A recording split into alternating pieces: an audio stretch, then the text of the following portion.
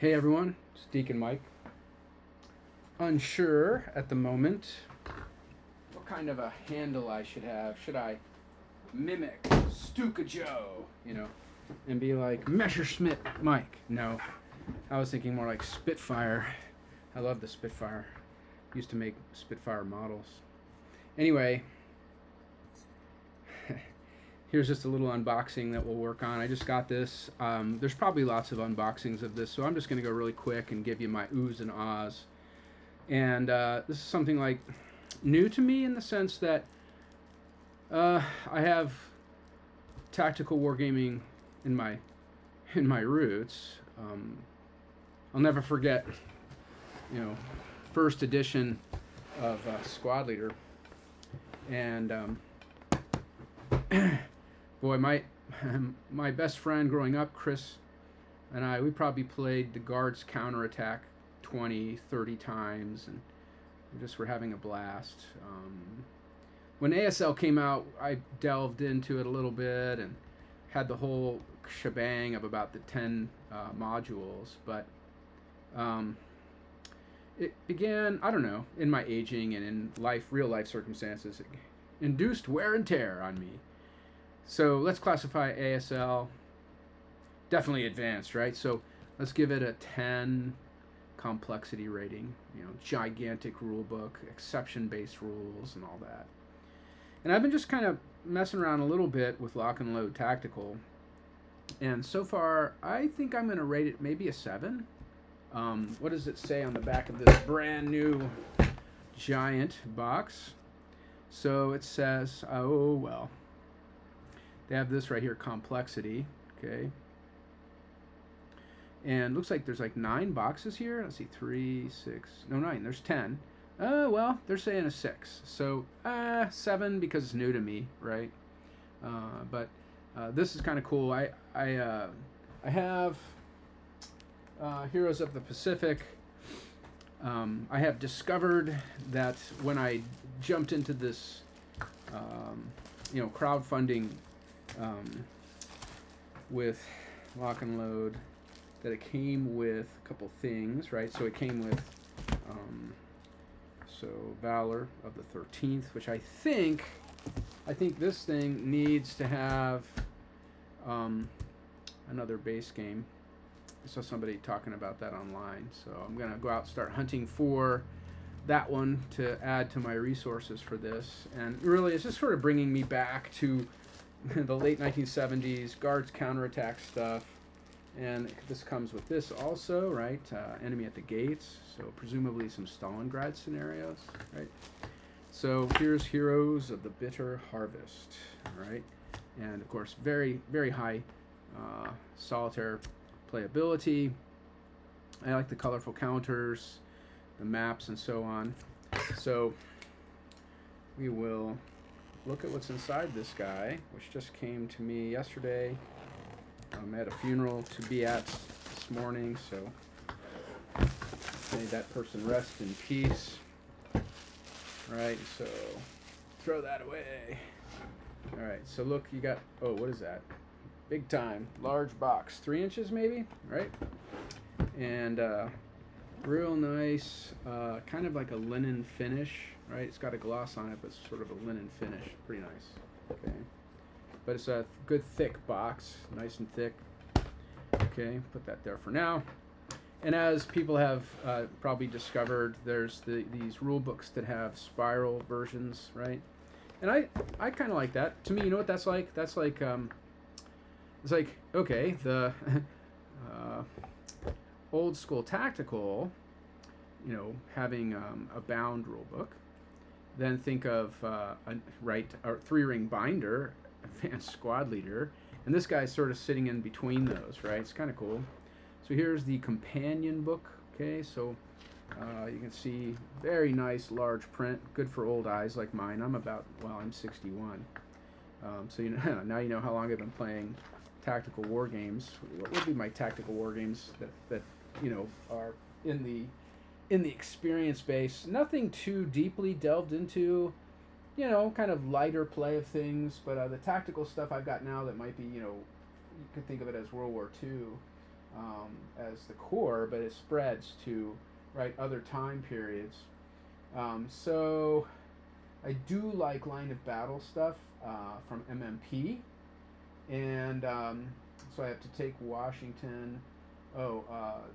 Talavera. So that's the Napoleonic Brigade system. So that's brigade level, but hey, Napoleonics to do that as like skirmish in a war game setting, not so great. So that's a nice scale to have, and I would classify musket and pike stuff as generally tactical.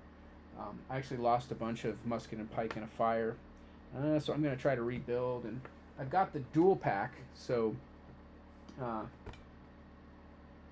hey, if anybody out there doesn't like musket and pike, let me know, and I might try to get a copy of something off of you or whatever. But I think that more dual packs are coming from GMT, but I haven't seen hide nor hair of anything on the P500 with that.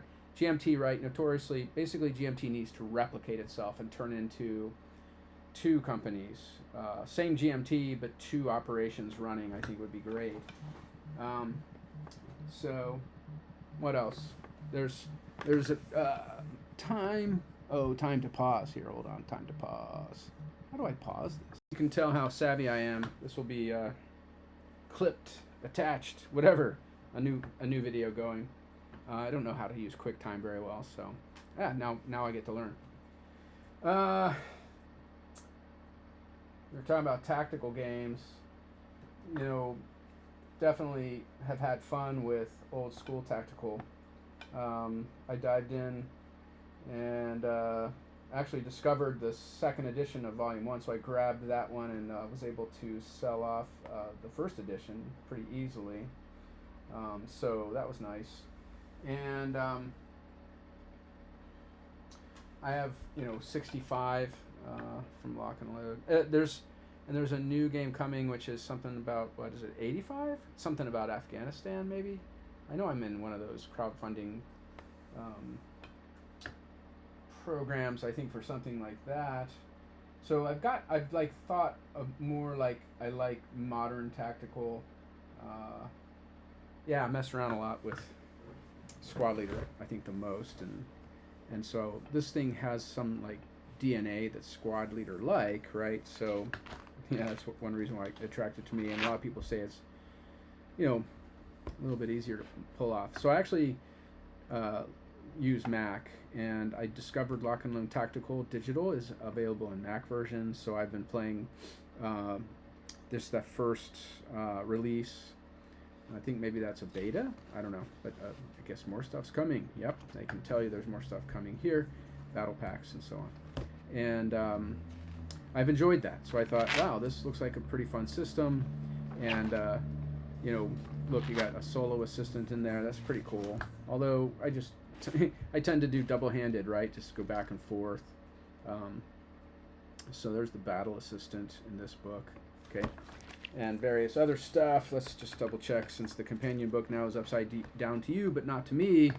Concepts of solitaire play. You have the battle assistant, solo assistant, force size information, victory location placement. Okay, so this thing is just teaching you all about the solo bot, right? All right, so here's the core rules, and this is, I guess, the latest edition, version 5.1. Nice and thick, and wow, not as big as the ASL rulebook. In fact, if you shrank this stuff down to, ASL font, this would be a much thinner book, right? Lots of nice graphics, tables and charts, right? So good teaching tools, left brain, right brain being fitted together. You got just a lot of options to mess around with, and you can kind of dive in as you want, right? You can hopefully plug and play where you want, pick scenarios that are easier, learn the system, tack on new things with new scenarios. That's me thinking of the original Squad Leader, programmed instruction, right? So nice big thick system book. So this is running 190 pages, right? And then pages of notes there. All right, German and Soviet dice, makes sense. Data cards. More data cards. Okay, so Russian and German. Lots more data cards. You got a prefabricated hill. Pretty cool. All right, got some larger sized cards. Maybe tarot sized, right? So that's the solo assistant there. You got more solo assistant. So you have the ability to, sorry about that light there, it's kind of weird. You got the ability to, you know, have a little bit of a kind of AI engine messing with you, giving orders to your opponent and so on. And neat. So there's like threat information and battlefield data to kind of guide how the AI or the robot should be playing. Okay. All right. 77, 78, 79, 80, 81, 82, 83. Awesome. So bunches of maps. These are the small hex style. I've heard that they do like large and small hex style maps. Tons of cards for playing. All sorts of reference sheets. Nice thick cardboard. Feels like a maybe thin poster, but well printed and cut. Lots of cool flow charts to walk your way through stuff. I have a fairly big table, so yeah, I'd probably be able to spread lots of this stuff out. A lot of it's also double-sided. You know what I was thinking of with this was getting sheet protectors, right? And those could be inserted into a 3-ring binder, and then insert these. Maybe have little tabs on the protector. That way, when we're thinking, hey, well, I wouldn't do it with a sequence of play, right? There's a game turn track and stuff. You know, with something like terrain effects or skill references, hey, let's especially if it's two-sided. Let's have that get referenced in a notebook and as needed, right, flip open to the right page, right? So combat tables are here. Okay, more terrain effects, cards. Combat tables 1. Okay, tables 2. Here's 3. Oh, it's reversed to you guys, sorry. Combat tables 3. All right, weapon, ammo, and targets. Card number 1. Card number 2. So you have just a variety of small arms interactions to watch for, right? Here's the melee table. Very cool.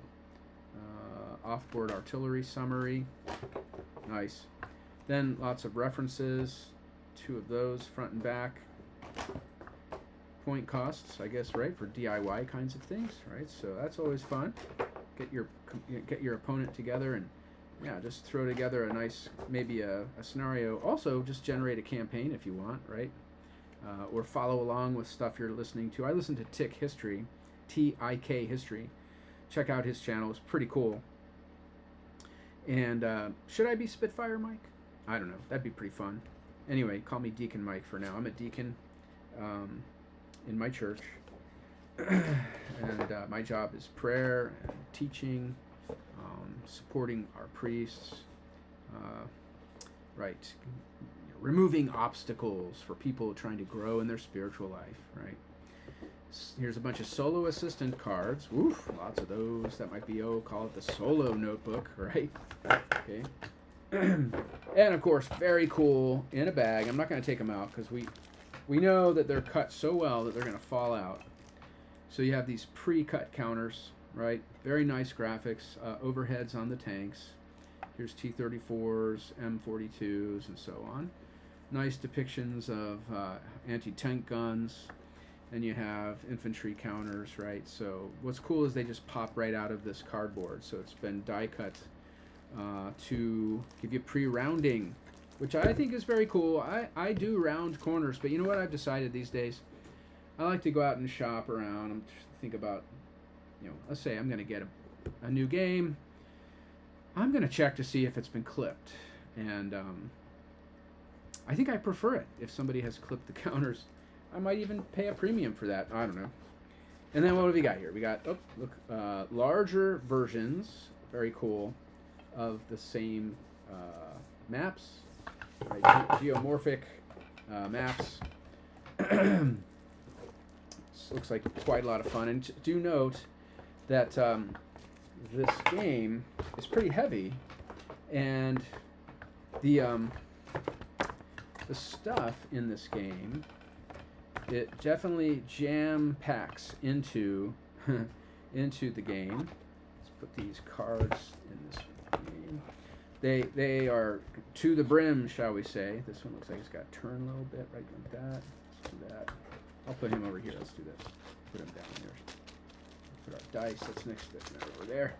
And what I'll probably do for storage, maybe, I don't know, you guys, you could tell me, GMT storage trays, maybe. Recently, I've discovered Cube for me, and what's cool is people can send in their ideas for building from their various types of storage boxes. You can build out a kit that, you know, targets a certain game, right? Let's put these like this. Try to even it out a tiny bit at least. All right, and then we have, put in the rule book and the companion book. Put that there. So there's LocknLoad Tactical, Heroes of the Bitter Harvest. Let's put him over here. So here's Enemy at the Gates. Check this out really quick. What's in this guy?